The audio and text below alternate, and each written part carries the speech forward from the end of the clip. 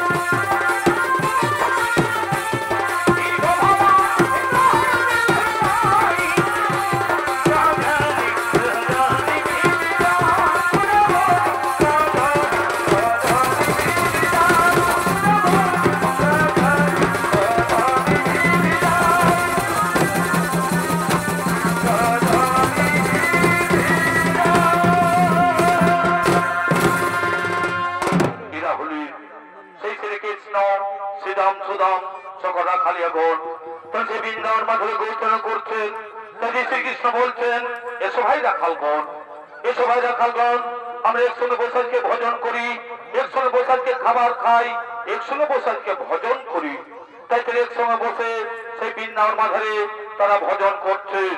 এটি সৃষ্টিকর্তা ব্রহ্মা, এটি সৃষ্টিকর্তা ব্রহ্মা মনে মনে চিন্তা করলেন যে প্রভু গেছেন মর্তধামে দুষ্টের দমনকারী মানব রূপে, সেখানে কেমন আছেন তাই দেখতে আছেন ব্রহ্মদেব সেই বৃন্দাবন মাঝারে।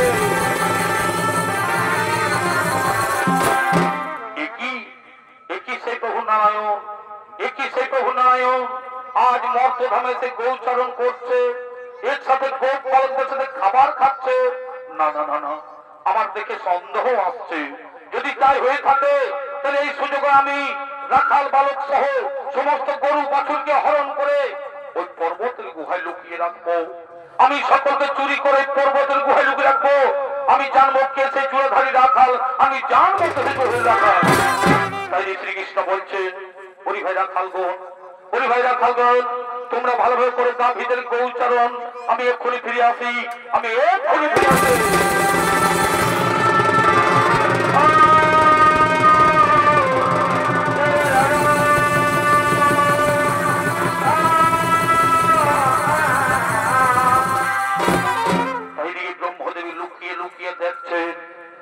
ব্রহ্মদেব লুকিয়ে লুকিয়ে দেখছেন, এখানে তো কৃষ্ণ নেই, এখানে তো কৃষ্ণ নেই। এই সুযোগে আমি রাখাল বালক সহ সমস্ত গরু বাছুরকে হরণ করে ওই পর্বতের গুহায় লুকিয়ে রাখবো। আমি সকলকে চুরি করে পর্বতের গুহায় লুকিয়ে রাখবো। দেখি ভগবান শ্রীকৃষ্ণময় কি করতে পারে।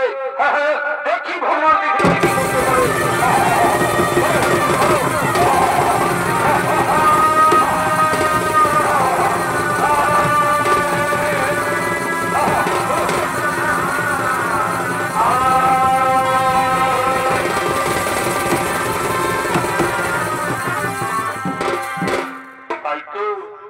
আমার রাখাল বালক ও গাভী বলছো কাউকে তো দেখতে পাচ্ছি না, আমার রাখাল বালক ও গাভী বলছো কাউকে তো দেখতে পাচ্ছি না, তারা গেল কোথায়, তারা গেল কোথায়? আমাকে জানতে হবে যে সত্যি ঘটনা কি। কোন দস্যু এসে নিয়ে হরণ করে নিয়ে যায়নি তো? আমি ধ্যান যোগদিনের মুখে এই কাজ করেছে, আমি ধ্যান যোগদিনের মুখে এই কাজ করেছে।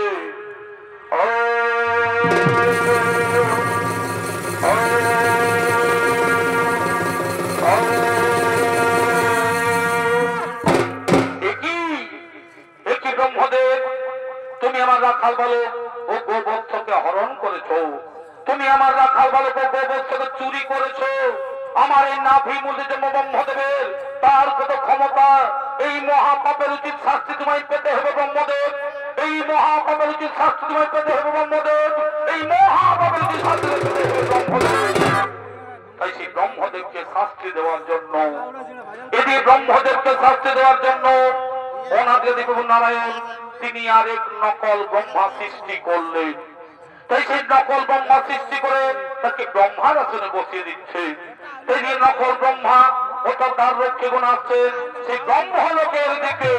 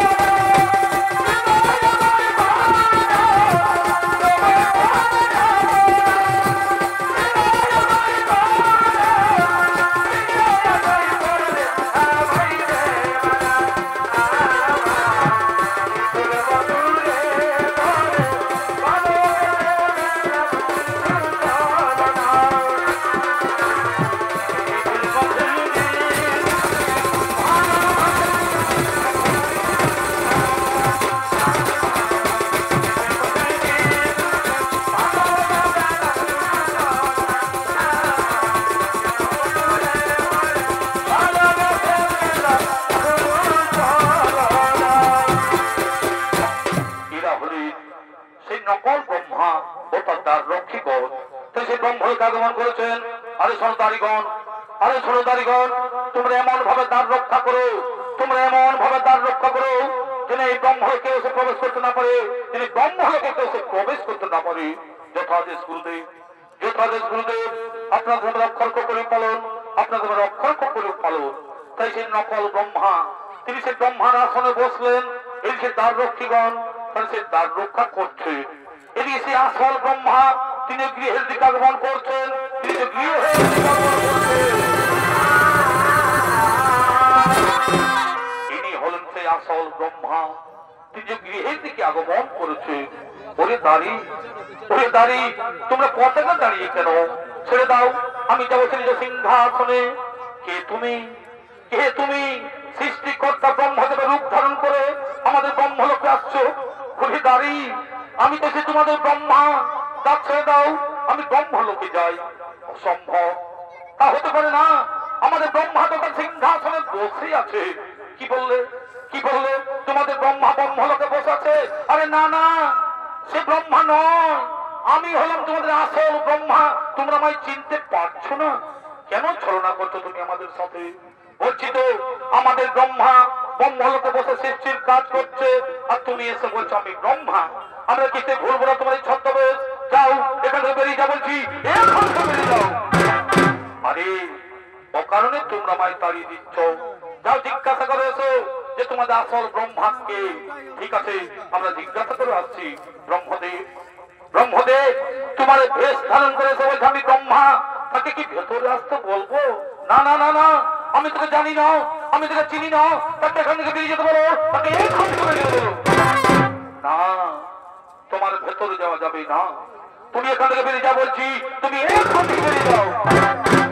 কি আমার এই ঘর, আমার এই বাড়ি, এই ব্রহ্মলোকে বসে আছে আরেক ব্রহ্মা।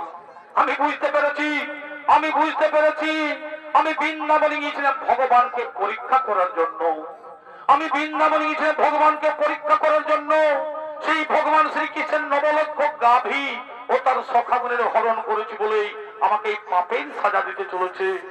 ওই কথায় তুমি কথা পদ্ম সংকট ধারী অনাথি ভবনারে এই কৃষ্ণ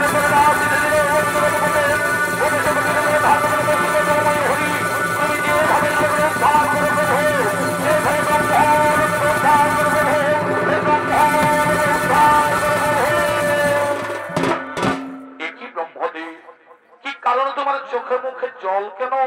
কি দুঃখ অন্তরে তব ভগবান অন্তর্যামী। তুমি তো সকলে জানো প্রভু, সকলে তোমার লীলা প্রভু।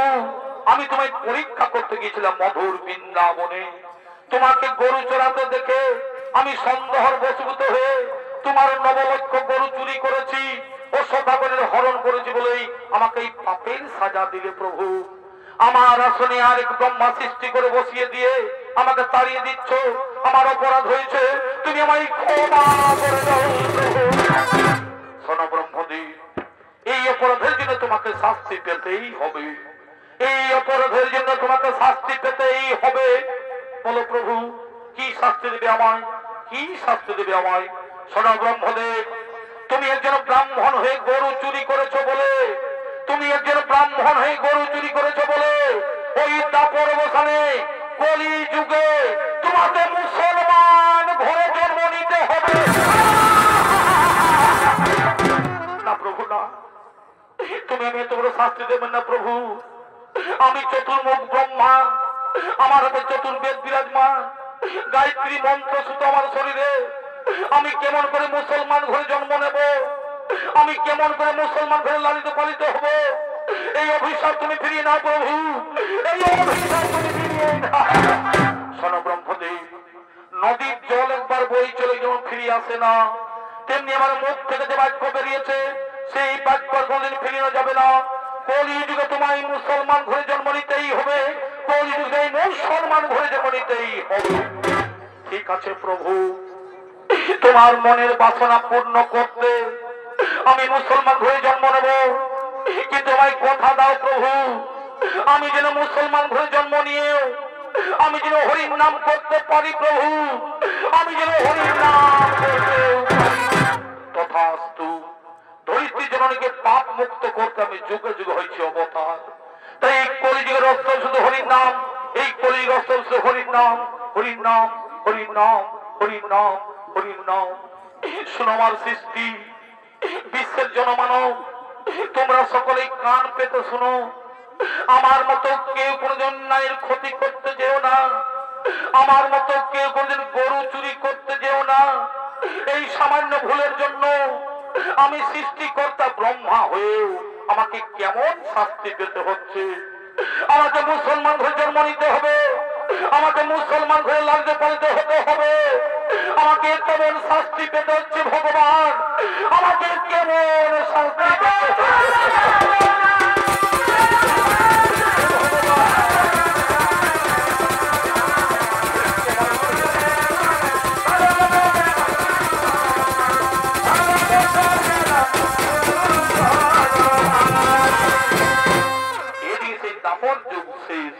কলিযুগের আগমন। তাই সেই কলিযুগের খুলনা জেলা তথা বর্তমানে বাংলাদেশ অবস্থিত, সেখানকার ঘটনা অবলম্বনে এই নাট্য তুলে ধরেছি।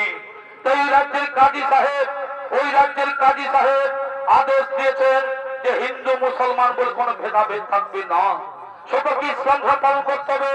তাই তো দুই অনুচর আসছেন রাজ্য পরিভ্রমণে।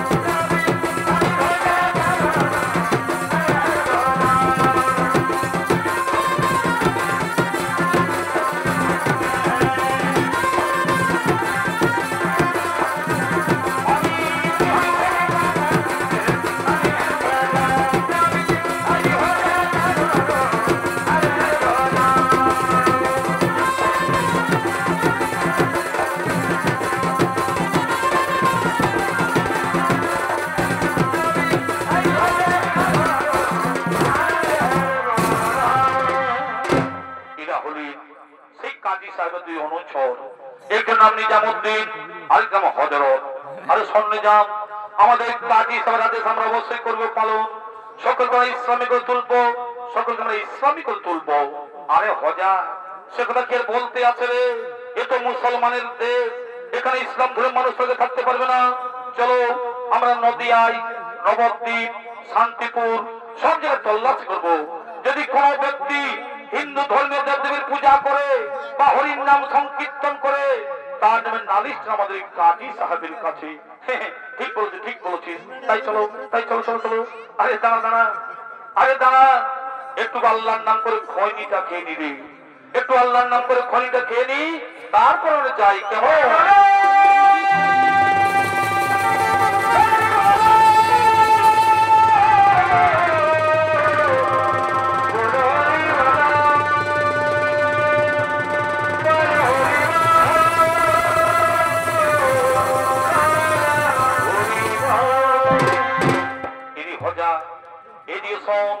এদিকে একটা হরির নাম করছে রে, এদিকে একটা হরির নাম করছে। আরে তোর বোকা, ওটা হরির নাম কেন হবে রে? ওটা আমার খৈনি বলার আওয়াজটা বটুলি, বুঝেছিস? আমি আবার খৈনিটা বলছি, তুই আবার ভালোভাবে গান করতেছ।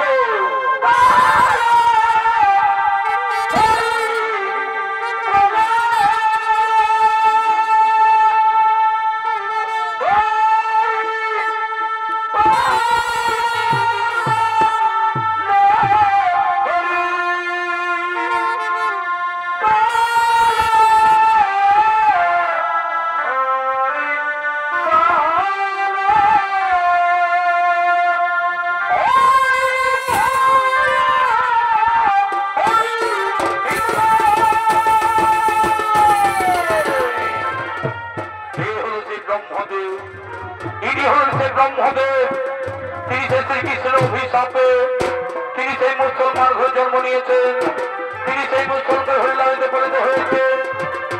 এ হলো সেই ব্রহ্মদেব, ইনি হলো সেই ব্রহ্মদেব।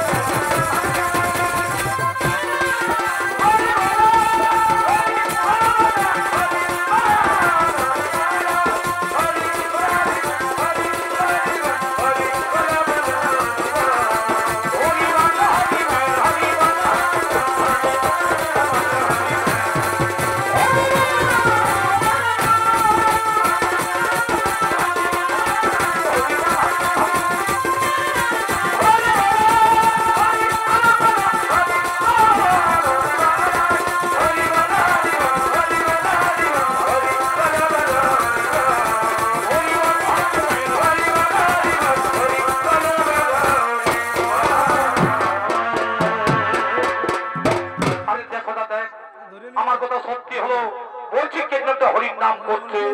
আরে এ তো সে আমাদের গ্রামের হরিমুল্লাহ ছেলে হারেস রে, এ তো সে আমাদের গ্রামের হরিমুল্লাহ ছেলে হারেস। বলি বাবা হারেস, তুমি মুসলমানের ছেলে হয়েও প্রথমে দু হাত ধরে তুমি হরির নাম করে ঘুরে বেড়াচ্ছ। এই নাম তো হিন্দুদের মরে গেলে হরিবোল হরিবোল বলে শ্মশান নিয়ে যায়, আর তুমি এই নাম বলে আমাদের সমাজকে কলঙ্কিত করছো। জানো কাজী সাহেবরাদের সকলকে ইসলাম ধর্ম পালন করতে হবে। আরে শোন, তুমি মুসলমানের হরির নাম করবে কেন? তুমি আল্লাহর নাম করো, তুমি খোদার নাম করো, তুমি নামাজ পড়ো, তুমি হরির নাম করবে কেন? কি বললে, কি বললে? আমি হরির নাম বন্ধ করে আল্লাহর নাম করব কেন? আল্লাহর হরি কি আলাদা আলাদা? তা কখনো হতে পারে না।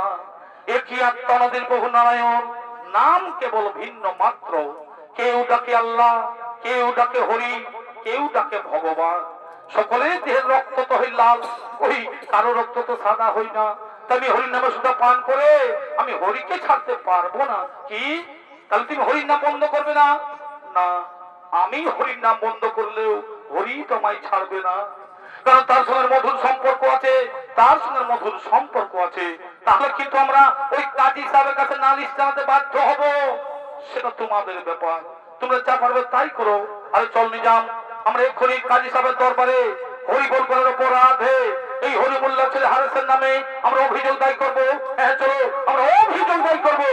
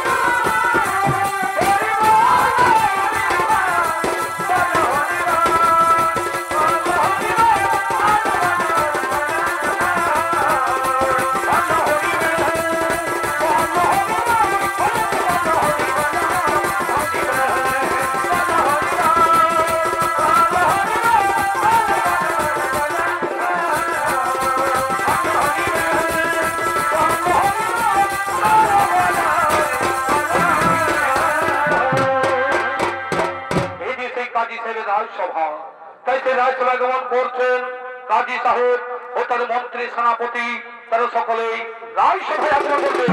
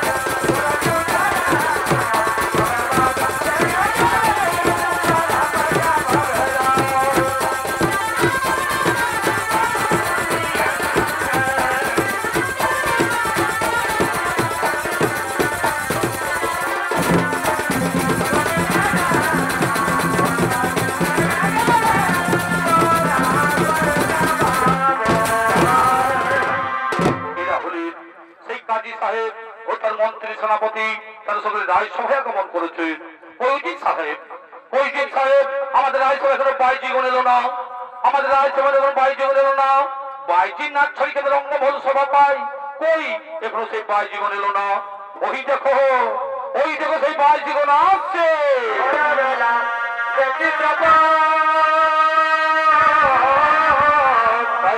রাজসভায়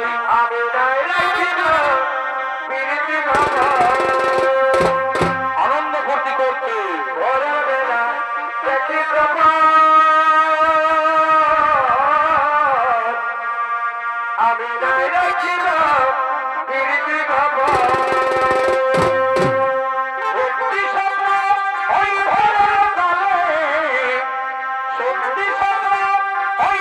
আমি বন্ধু তোকে দেখা পালে বড় জীবনে জীবন